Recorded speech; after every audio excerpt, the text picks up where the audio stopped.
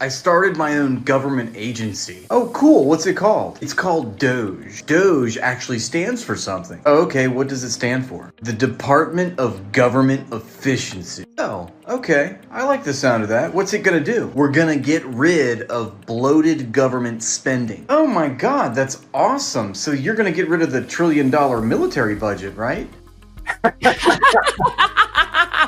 Guys, if you don't know, we actually have had him on, and he's great. Or what about the billions of dollars in subsidies that our government gives these big tech conglomerate companies? Or I know, what about the $4 trillion our government borrows from rich corporations and billionaires and has to pay them back with interest instead of just properly taxing them?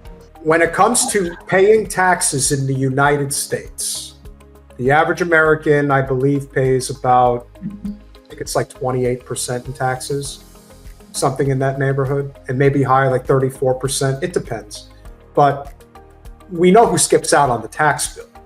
The biggest percentage that you pay in taxes in the United States goes to, drum roll please, corporate subsidies.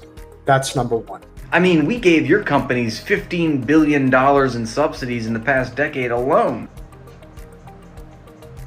In fact, come to think of it, the government gives you individually more money than any other American. And that's not funny. Hey, maybe DOGE should just get rid of you, deport you back to South Africa. Problem solved. What you're doing is a crime. And I will arrest you. Well, look, I mean, as long as you're not getting rid of the funding for social services that millions of poor and vulnerable people in the United States depend on each year, then I guess we're okay. Wait, that's not what you're doing, right? Right? You don't understand. I've got to save humanity. Elon, you're the richest person on Earth.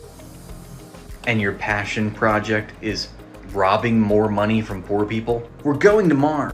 The problem is poor people having their basic needs met, not even really. That's the problem. The problem is like people that are just struggling to get by. That's the problem. He's not the problem. Military is not the problem.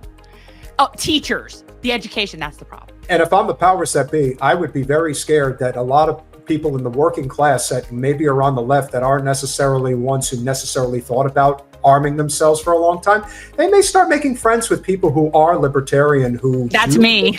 Yeah. And you know what? That's the biggest reason they don't want the working class uniting, because they know that they'll fight arm in arm.